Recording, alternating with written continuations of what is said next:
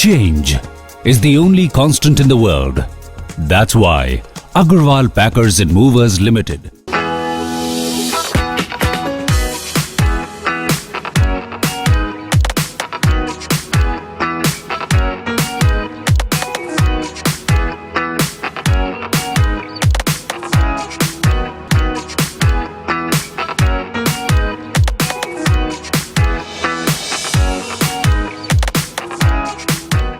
नमस्कार, मैं हूं अतुल सिंघल।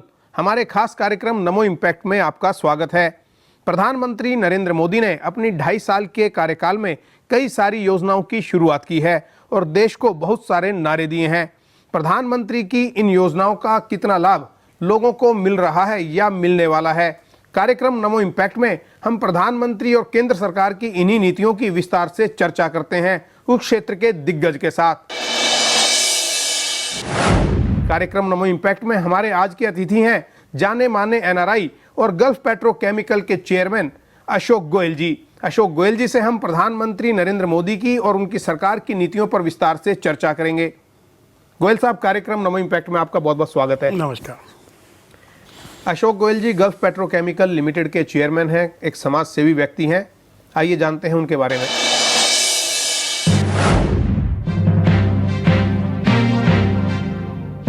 श्री ब्रह्म ऋषि गुरुवानंद स्वामी जी के परम शिष्य अशोक गोयल जी के जीवन की दास्तां बेहद दिलचस्प है।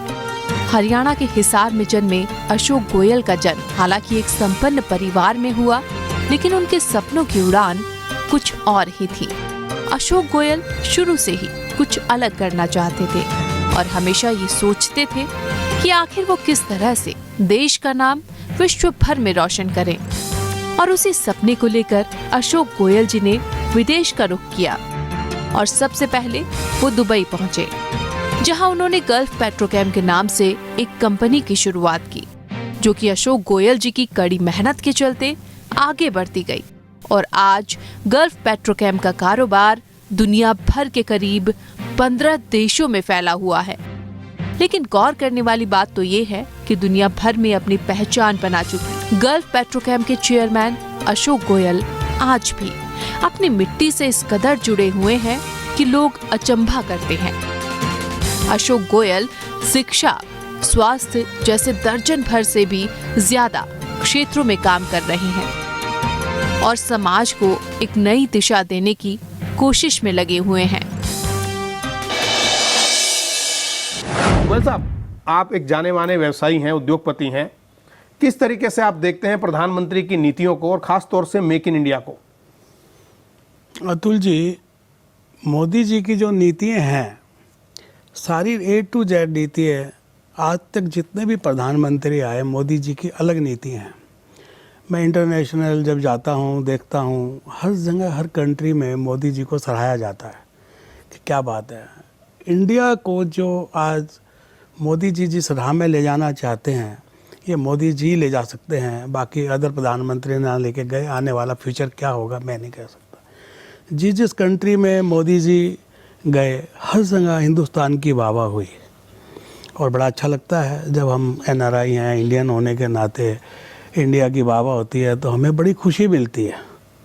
अब मोदी जी जो स्मार्ट सिटी के लिए आ रहे हैं, मोदी जी ने 500 के नोट के लिए जो आवाज़ उठाई, बड़ा अच्छा किया। मैं तो दुबई में ये चीज़ देखता था कि कैसे कैसे मिसयूज़ होता है इंडिया करेंसी का, कैसे रूट होता है इंडिया करेंसी का। बड़ी तकलीफ़ होती थी। हम वहाँ बिज़नेस कर रहे हैं 25 साल से, लेकिन हमारा जोर नहीं चलता था। किसको बोलें कि यार इस करेंसी को कैसे रोकें, लेकिन मोदी जी ने आज वो मिशन उठाकर उस करेंसी को रोका, ब्लैक मनी को रोका, आतंकवाद को रोका। ये मोदी जी का एक्सीलेंट विजन था और बिजनेस में भी ग्रोथ होगा इंडिया के अंदर। ऐसा नहीं कि इंडिया के अंदर जो ब्लैक के सिस्टम से लोग जिसको बोलते हैं कच्चे का ब्लैक काम करते हैं, उसका टर्नओवर बहुत स्मॉल होता है, क्योंकि ओनर इटसेल्फ खुद करता है काम, एग्जीक्यूटिव को जो भी नहीं मिलती।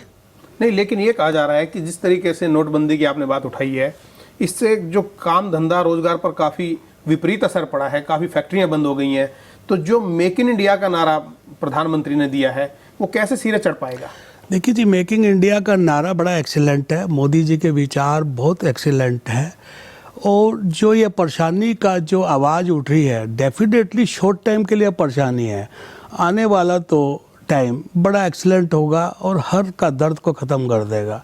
रोज़गार बेरोज़गारी ख़त्म हो जाएगी क्योंकि एग्जीक्यूटिव की डिमांड आएगी, एजुकेशन की डिमांड आएगी और आगे बढ़ता चला जाएगा। मोदी जी का सिस्टम मेरे विचार से बहुत अच्छा कर रहे हैं। लेकिन जब ये कहा जाता है कि ज़्यादातर इकोनॉमी हिंदुस्तान की वो सारी की सारी कैश पर डिपेंडेंट है, फैक्ट्री मालिक जो हैं, जैसे आप उद्योगपति हैं, ज़्यादातर काम में कैश में करते हैं, रोजगार जो होता है या जो कर्मचारी हैं उनको कैश में तनख्वाह दी जाती है, कैसे रातों रात इसको बदल पाएंगे? अतुल जी, मेरा जो 25 इयर्स का एक्सपीरियंस है इंटरनेशनल, वहाँ पर कैश का काम ही नहीं होता।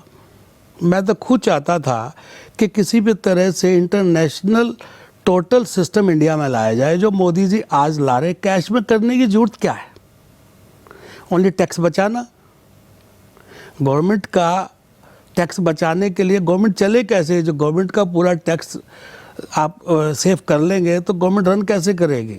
गांव को, विलेज को स्मार्ट सिटी में कैसे बदला जाएगा? कैसे डेवलप होगी? जब घर में इनकम नहीं होगी तो आदमी परिवार कैसे चलाए? गवर्नमेंट के पास इनकम ऑफ सोर्स नहीं रहेगा तो गवर्नमेंट चलेगी कैसे? मोदी जी का जो सिस्टम एक्सीलेंट है। ओनली 50 डेज ऐसे मोदी जी ने प्रॉमिस किया है, डेफिनेटली 15 डेज के बाद प्रॉब्लम ख़त्म होती चली जाएगी। कुछ तो अननेसेसरी बोल रहे हैं लोग, काफ़ी लोग। अब जैसे आप पर्सनली आप जाइए, पर्सनली आप जाओ, किसी भी लाइन में बात करो, सब खुश हैं, बोला नहीं बड़ा अच्छा विज़न है, हमको कोई तकलीफ नहीं है। मीडिया में टीवी पे देखेंगे तो आपको प्रॉब्लम नज़र आएगी। तो मैं तो पर्सनली जाकर देखा है, लोगों से बात की है, नहीं बड़ा अच्छा है। और ये नहीं, मैं तो साउथ में भी गया हूँ, 1-2 प्रोग्राम थे मेरे, 1-2 शादियों में गया हूँ। वैसे तो मैं दुबई में बैठता हूँ, दुबई के अंदर हर लोग खुश है यार, इंडिया का कल्चर चेंज हो रहा है, बड़ा अच्छा है। अब हम लोगों का बैंक अकाउंट BNB पारिवार में है, हमने कभी चेक भी नहीं काटा, ओनली एक स्लिप लेटर जाता हमारा एक ट्रेड के लिए। वो सिस्टम क्यों नहीं है बैंकों के अंदर? मोदी जी बड़ा अच्छा कर रहे हैं काफ़ी। लेकिन क्या है गोयल साहब कि जैसे हम बात करते हैं जब हिंदुस्तान की, आप दुबई से उसको अगर तुलना करते हैं, दुबई एक छोटा शहर है और वहाँ पर एक जो अनुशासन का पालन ज़्यादा बेहतर तरीके से हो सकता है। हिंदुस्तान में कहा जाता है कि थोड़ा सा कम पढ़े लिखे लोग हैं, एजुकेशन उस तरीके की नहीं है, फैसिलिटीज़ उस तरीके की नहीं है।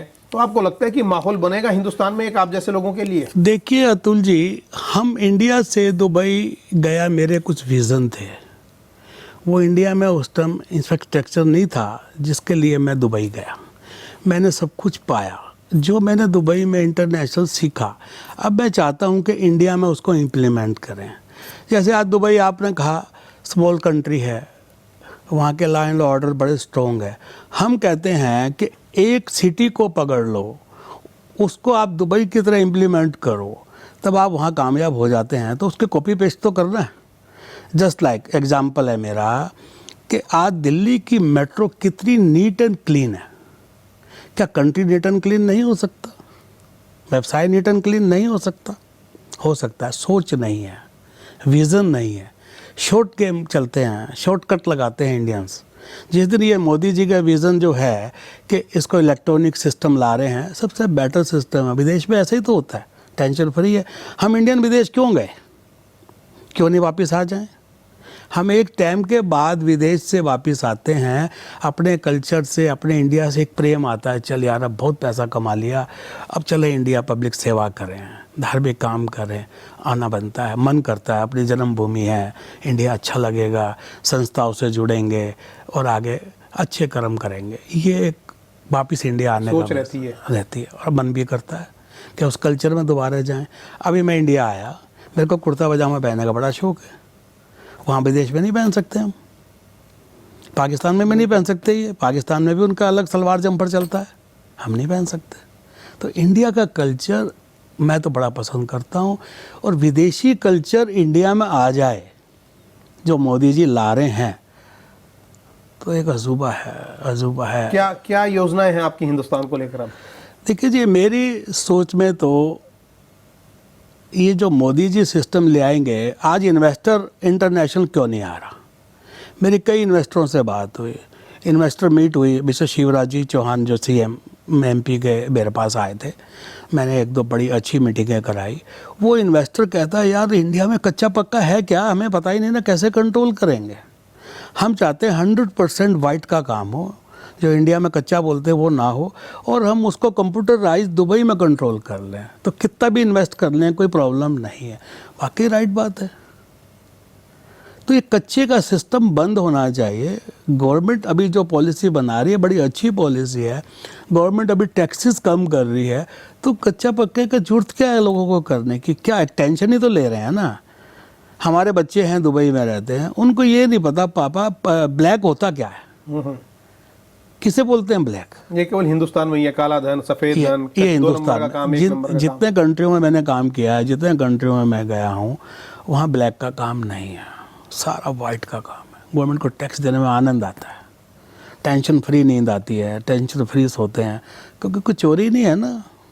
तो क्या प्लानिंग कर रहे हैं आप, क्या योजना है हिंदुस्तान में? देखिए जी, ये जो मोदी जी स्कीम ला रहे हैं, इस स्कीम के अंदर बड़े लोग आएंगे इन्वेस्टर। मैं खुद आऊँगा इधर इन्वेस्ट करने के लिए। मैंने भी लैंड ली हुई है मध्य प्रदेश में बड़ा स्टील प्लांट लगाने की। अब जो स्टील की जो स्कीमें मोदी जी ला रहे हैं, मैं इन्वेस्ट करूँगा। मैं एजुकेशन में आ रहा हूँ इधर बड़ा अच्छा, मैं रियल स्टेट IT बिल्डिंगों में आ रहा हूँ। मैं अलग अलग क्वालिटी को जो इंटरनेशनल एक्सपोजर है मेरा, यहाँ इसलिए लेके आ रहा हूँ ताकि चेंज कैसे आए। मोदी जी का तो मैं चंद पार्टी भी चेंज नहीं कर सकता ना, पॉइंट से हूँ। जैसे एजुकेशन है, एजुकेशन के अंदर क्वालिटी ऑफ एजुकेशन ला रहा हूँ। नोएडा के अंदर 62 में जो मेरा स्कूल आ रहा है स्पाम के नाम से, जी, स्पाम के नाम से, हाँ, क्वालिटी है साहब, वर्ल्ड की क्वालिटी लेके आ रहा हूँ। और शाम के टाइम जब रूटीन के अंदर मैं मोदी जी का मिशन को पूरा करूँगा कि जो मैं PN के बेटे को PN नहीं बनने दूँगा, सिक्योरिटी गार्ड के बेटे को सिक्योरिटी गार्ड नहीं बनने दूँगा, और जो ड्राइवर है उनके बेटे को ड्राइवर नहीं बनने दूँगा। शाम को वो ट्रेनिंग दूँगा, मैं वो एजुकेशन दूँगा फ्री, ताकि परिवर्तन आए हिंदुस्तान के अंदर, चेंज कैसे आए। चलिए गोयल साहब, हम आपसे चर्चा जारी रखेंगे। अशोक गोयल जी आज हमारे अतिथि हैं नमो इम्पैक्ट कार्यक्रम में, जो NRI हैं, गल्फ पेट्रोकेमिकल लिमिटेड के नाम से जानी मानी कंपनी के चेयरमैन हैं, काफ़ी उत्साहित हैं प्रधानमंत्री नरेंद्र मोदी की नीतियों को लेकर। अशोक गोयल जी का कहना है कि वो एजुकेशन में काम करना चाहते हैं, हिंदुस्तान में स्टील प्लांट लगाना चाहते हैं। आइए देखते हैं उनकी ये जो कंपनी है गल्फ पेट्रोकेमिकल और उनके जो आइडियाज़ हैं उनका एक छोटा सा रिपोर्ट।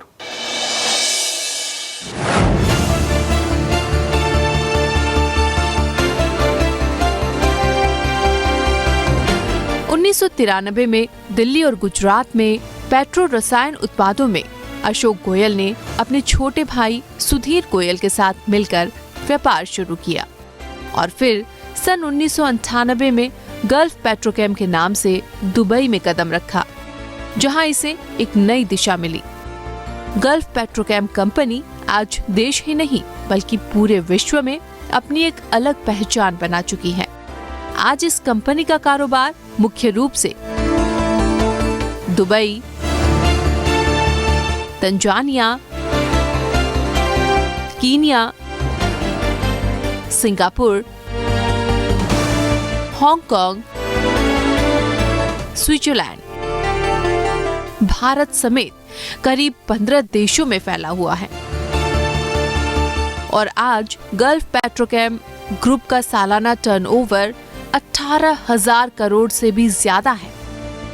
और अब इस कंपनी ने भारत में शिक्षा के क्षेत्र में भी कदम रख दिया है और सबसे पहले इसकी शुरुआत की है अस्पाम स्कॉटिश स्कूल खोलकर, जो एक अंतर्राष्ट्रीय स्तर का स्कूल है जहां बच्चों को अच्छी शिक्षा के साथ साथ भारतीय संस्कृति और संस्कारों का पाठ भी पढ़ाया जाता है।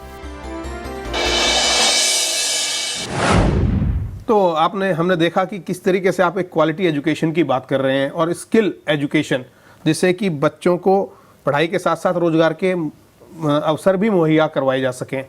और क्या क्या विशेषता रहेगी आपके इस स्कूल की? देखो जी, हमारे स्कूल की जो एजुकेशन है, हमारे स्कूल की जो एकेडमी है, उसको हमने हाईलाइट किया है। हमारे स्कूल के अंदर जो फूडिंग होगी वो क्वालिटी की फूडिंग होगी। हमारे स्कूल की जो ट्रांसपोर्टेशन सिस्टम है वो टोटल हाई क्लास होगा, बड़े हाई क्लास यूनिफॉर्म होगी, स्टैंडर्ड हाई क्लास होगा।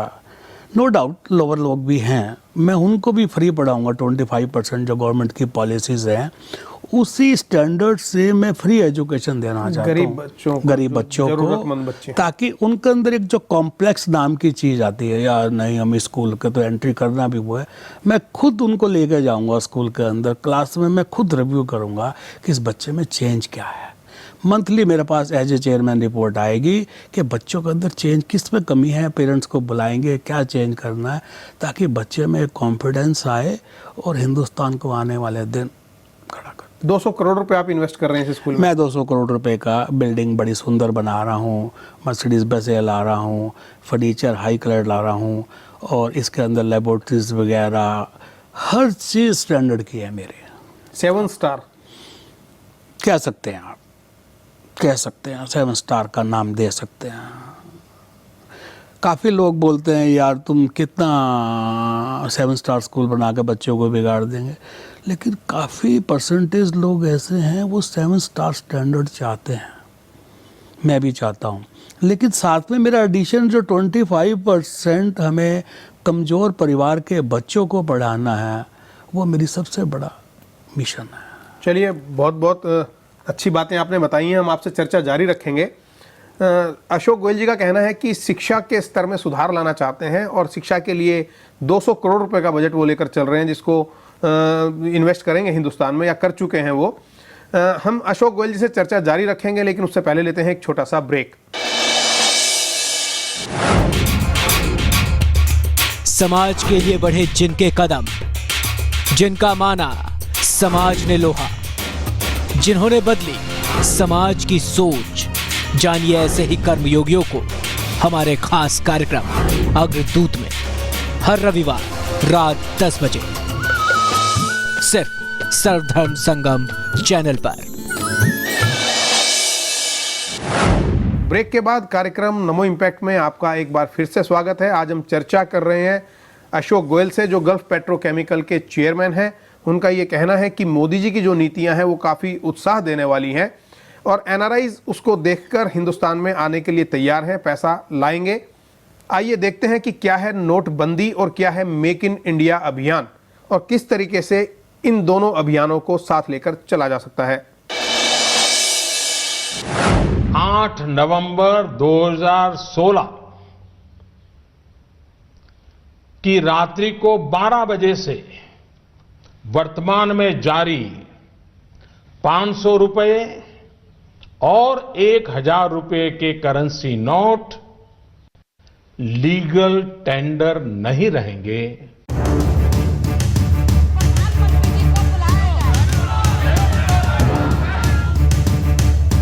काले धन के खात्मे के लिए मोदी सरकार के मास्टर स्ट्रोक के बाद देश भर में राजनीतिक भूचाल आ गया। बड़े नोट पर प्रतिबंध का फैसला राजनीतिक मसला बन गया है। संसद के शीतकालीन सत्र में विपक्ष सरकार को घेरने में लगा रहा, लेकिन राजनीति के मूल में आम आदमी ही पिसा। माना ये भी जा रहा है कि नोटबंदी ने उद्योग जगत पर काफी असर डाला है। काम धंधे बंद होने की कगार पर हैं। यहाँ तक कि पूर्व प्रधानमंत्री डॉक्टर मनमोहन सिंह ने भी जीडीपी की रफ्तार में कमी आने की बात कह दी।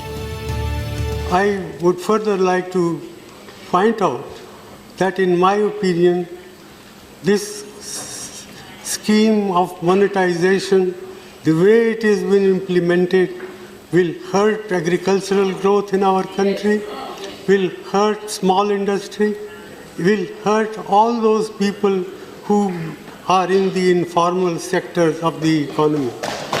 And my own feeling is that the national income, that is the GDP of the country, can decline by about 2 percentage points as a result of what has been done.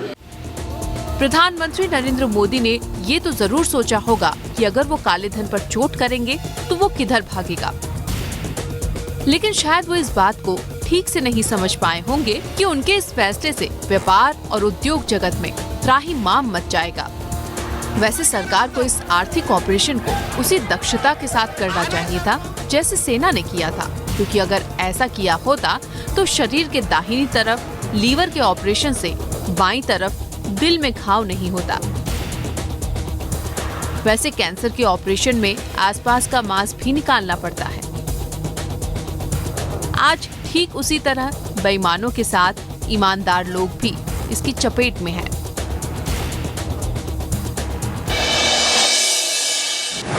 देखा आपने कि नरेंद्र मोदी जी भी जो हैं शिक्षा को लेकर काफ़ी उत्साहित हैं और वो चाहते हैं कि एनआरआई हिंदुस्तान में आएँ, पैसा लगाएं, इन्वेस्ट करें। आपने भी कहा कि वो उनके सपने को आप पूरा करने की कोशिश करेंगे। लेकिन नोटबंदी के बाद फिर वही सवाल उठता है कि लोगों को लगने लगा कि हिंदुस्तान के अंदर कहीं ना कहीं जो है पीछे जीडीपी कम हो जाएगी और हिंदुस्तान पीछे चला जाएगा कुछ साल के लिए। देखो जी, कोई भी पॉइंट उठता है अतुल जी, लोगों को एक बात चाहिए किसी के अपोजिशन करने के लिए। मैं नहीं सोचता जो मेरा एक्सपोजर है इंटरनेशनल के 500 के नोट, 1000 के नोट बंद करने से जीडीपी पे कोई इफेक्ट आएगा। मेरी सोच नहीं है। मोदी जी की जो सोच है वो मेरी सोच है। मोदी जी कामयाब होंगे और हिंदुस्तान में चेंज आएगा। आने वाला कल मोदी जी को काफ़ी अप्रिशिएट किया जाएगा। देखिए अतुल जी, मैं आपकी इस मीटिंग से अलग एक बात कह रहा हूँ। मैं दुबई रहता हूँ। रजवाड़ा परिवार में एक राजा पलकर, वो फॉरेनर के लिए मरता है, फॉरेनर के लिए जीता है, फॉरेनर के लिए पेन लेता है। उसको बोलते हैं अल्लाह मियाँ, जो कि जिसका नाम है शेख मोहम्मद जी। क्या पेन है उसको, फॉरेनर के लिए पेन ले। रजवाड़े में रहकर अपनी ज़िंदगी व्यतीत कर सकता है ना। आज मोदी जी हैं, पब्लिक के लिए मर रहे हैं। रोड पे इनके फादर चाय बेचते थे, आज उन्होंने कुछ मिशन लिया। क्या दर्द है आज इस पब्लिक का पेन लेने के लिए। उनका एक मिशन है ना। तो हम इनको भगवान राम का नाम देंगे नहीं देंगे जब उनको अल्लाह मियाँ कह सकते हैं। काफी प्रभावित दिखाई देते हैं आप नो मोदी जी से। डाउट। मैं मोदी जी की पॉलिसी को बहुत लाइक करता हूँ और जब उनकी स्पीच आती है मैं सब कुछ शांत कर देता हूँ। उनके वर्ड को सुनता हूँ, उनकी तरंग को सुनता हूँ, उनका इंप्रेशन को देखता हूँ, कैसे कड़क के बोलते हैं। उनका बैठने का स्टाइल देखिए। जब मैं फर्स्ट टाइम मोदी जी से एज ए सीएम मिला, क्या स्टाइल था उनका बैठने का, कितनी आवाज़ में कड़क थी। मैं हर जगह उनको अप्रिशिएट करता हूँ कि क्या मोदी जी से सीखे, क्या जीवन है ये। क्यों नहीं मोदी जी बने हम सब। आपने स्मार्ट सिटी की बात की, क्या उम्मीद करके चले हम आपसे कि हिंदुस्तान में किस तरीके से आप स्मार्ट सिटी डेवलप करना चाहेंगे? देखिए जी, आदमी मन चाहे क्या नहीं कर सकता। ड्यूटी लगती है, सपोज करो मेरी ड्यूटी लगती है, भाई इस सिटी को आपने डेवलप करना है। मैं जब अपने घर को, अपने बिजनेस को, एज ए कॉर्पोरेट हाउस को मैं डेवलप कर सकता हूँ, तो मैं क्या स्मार्ट सिटी को डेवलप नहीं कर सकता? कर दूंगा। एक गांव को भी डेवलप कर सकता हूँ। एक गांव को भी मैं स्मार्ट सिटी में परिवर्तन कर सकता हूँ। मेरा मिशन होगा, लेकिन साथ सबका होगा। चेंज आएगा, डेफिनेटली आएगा। क्यों नहीं आएगा? आज कोई भी चीज़ चाहे, आपका जो मन करता है, आपने जो भी कुछ खाना है या पीना है, आप मैनेज करते हो ना, तो आपको मिशन लेना पड़ेगा कि गांव को एक स्मार्ट सिटी का रूप देना है। शौचालय की जो मोदी जी ने बात की, वो कैसे बनेंगे? सबसे पर्दे का गेम है ना वो, तो सबसे पर्दे में रहने वाली चीज़ है ना। बिल्कुल। जो आज हिंदुस्तान में 80% ओपन है, मोदी जी उसको पर्दा देना चाहते हैं। उसके लिए फंड्स कहाँ से आएंगे? पब्लिक टैक्स देगी। नहीं, वो ठीक है, लेकिन आपने कहा कि आपको सबका सहयोग चाहिए, लेकिन जो काम आप करना चाहते हैं, स्मार्ट सिटी की बात करें या एजुकेशन की बात करें, तो सबसे ज़्यादा सपोर्ट तो आपको गवर्नमेंट का चाहिए। गवर्नमेंट से किस तरीके की मदद आप चाहते हैं कि मिले, जिससे कि आप अपनी योजनाओं को यहाँ पे मूर्त रूप देखिए दे जी, सकें? जैसे मैंने फॉरेन में देखा, दुबई में देखा, एक single table decision, file immediate final हो जाती है, एक्शन इमीडिएट हो जाते हैं। गवर्नमेंट एक सिंगल टेबल पोजीशन लेके आए, एक्शन लेके आए, तो इंडिया में चेंज लाने में टाइम नहीं लगेगा। ब्यूरोक्रेट्स फाइलें घुमाते रहते हैं, टाइम लगता रहता है, डिसीजन होते नहीं, इतने मोशन टूट जाता है, कंपनी पे इंटरेस्ट पड़ जाता है, बैंकों का इंटरेस्ट पड़ जाता है, तो आदमी कहता छोड़ो यार, ये तो फाइल चलनी नहीं। उसमें चेंज लाना चाहिए ब्यूरोक्रेसी के अंदर, ताकि वो फाइल इमीडिएट एक्शन हो, पॉजिटिव हो, नेगेटिव हो, करना है नहीं करना, उनको स्टेट में बोल दिया जाए within 10 days, within a week के साहब आपका काम नहीं होगा, तो पॉलिसी चेंज कर लेगा। वो खर्चे करता रहता है, दुबई से आता रहेगा, विदेश से आता रहेगा, देखता है यार यहाँ तो कुछ होता नहीं। ये चेंज जरूरी है। तो ये भी सबसे बड़ा एक सवाल उठता है, क्योंकि मोदी जी के विजन अच्छा हो सकता है, उनकी मंशा अच्छी हो सकती है, लेकिन ये इम्प्लीमेंट जो होने में समय लगता है देखो जी, योजनाओं को, समय तो लगेगा, लेकिन आने वाला कल तो सुधर जाएगा ना, सुनहरी होगा ना। आदमी आज मोदी जी का मिशन है, इम्प्लीमेंट होने में टाइम लगेगा, लेकिन इन्वेस्टर तभी आएगा इंडिया में, इस तरह का चेंज आएगा। अब हर स्टेट हर साल इन्वेस्ट मीटिंग करता है, फॉरेनरों को लाना चाहता है, एग्रीमेंट्स होते हैं, खूब एग्रीमेंट होते हैं, बड़े खुश होते हैं, यार हमारे यहाँ इन्वेस्टरों ने एग्रीमेंट कर लिए। इन्वेस्ट तो कुछ ही नहीं होता, डर लगता है लोगों को। मोदी जी का ये जो ब्लैक वाइट का सिस्टम खत्म हो जाए, इन्वेस्टरों की कमी नहीं है। आज इंडिया के अंदर बिजनेसमैन ज़्यादा आएंगे क्योंकि यहाँ डिमांड है हर प्रोडक्ट की, यहाँ फीड स्टॉक पोटेंशियल बहुत ज़्यादा है। पोटेंशियल बहुत ज़्यादा है। तो इसलिए कुछ पॉलिसी जो मैंने एक्सप्लेन की, ये चेंज आ जाए। हालांकि मेरी तो बड़ा सजेशन है छोटा सा, वो देश को चला रहे हैं। मोदी जी को मैं आईना दिखाऊं, मैं सजेशन दूं, तो मैं तो बहुत छोटा हूँ। मोदी जी से तो हम खुद सीखते हैं। नहीं, आपने एक सजेशन दिया कि जैसे थोड़ा सा जो इम्प्लीमेंटेशन में तेजी आनी चाहिए, अधिकारियों को सिंगल विंडो सिस्टम की ट्रेनिंग दी सिंगल जानी विंडो चाहिए। सिस्टम। इसके अलावा क्या और सुझाव आप देना चाहेंगे सरकार को? देखो जी, बैंकों के अंदर फंड्स नहीं है, जैसे फंड्स आ जाएंगे, बैंक उनका फंडिंग के अंदर साथ दे, उनका कंट्रोल करे। जब वाइट का ही काम रहेगा, ब्लैक का काम ही नहीं रहेगा, बैंक मैनिपुलेशन ही नहीं होंगे, तो डेफिनेटली क्वालिटी के ऊपर सुधार देगा इन्वेस्टर, और क्वालिटी के अंदर चेंज आएगा। डिमांड इंडिया में है ही हर चीज़ की, तो कामयाबी तो लाजिम है। हाँ, तो कुछ और सुझाव इसके अलावा? मोदी जी जो काम कर रहे हैं, मेरे सजेशन में बेटर से बेटर कर रहे हैं, खूब अच्छा कर रहे हैं। और जो जो उनके विचार है वो फुल फ्लैज इम्प्लीमेंट हो जाए तो हिंदुस्तान में डेफिनेटली चेंज तो आएगा। ऐसा राजा मैंने नहीं देखा अब तक। मैंने अपने जीवन में कई राजा आए इंडिया के अंदर, मोदी जैसा राजा मैंने नहीं देखा। मैं लाइक करता हूँ, मैं मोदी जी का बड़ा आभारी हूँ कि वो जीवन इंडिया को मिला मोदी जी का सेवा के लिए। चलिए, बहुत बहुत धन्यवाद कार्यक्रम नमो इम्पैक्ट में पधारने के लिए। अशोक गोयल जी का कहना है कि मोदी जी काम बहुत अच्छा कर रहे हैं और वो हिंदुस्तान में पैसा लगाना चाहते हैं अलग अलग क्षेत्रों में।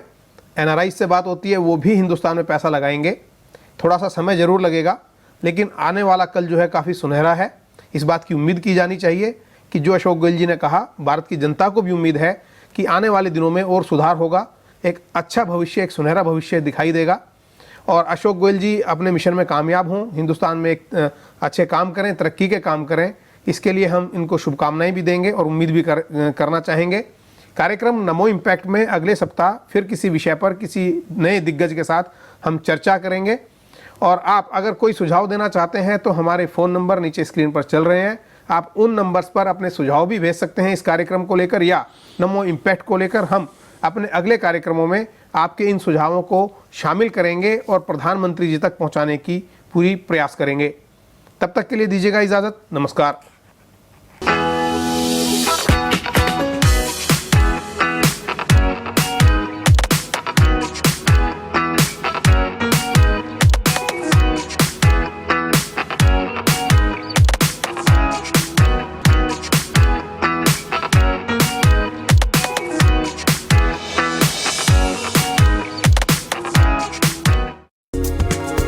Change is the only constant in the world. That's why Agarwal Packers and Movers Limited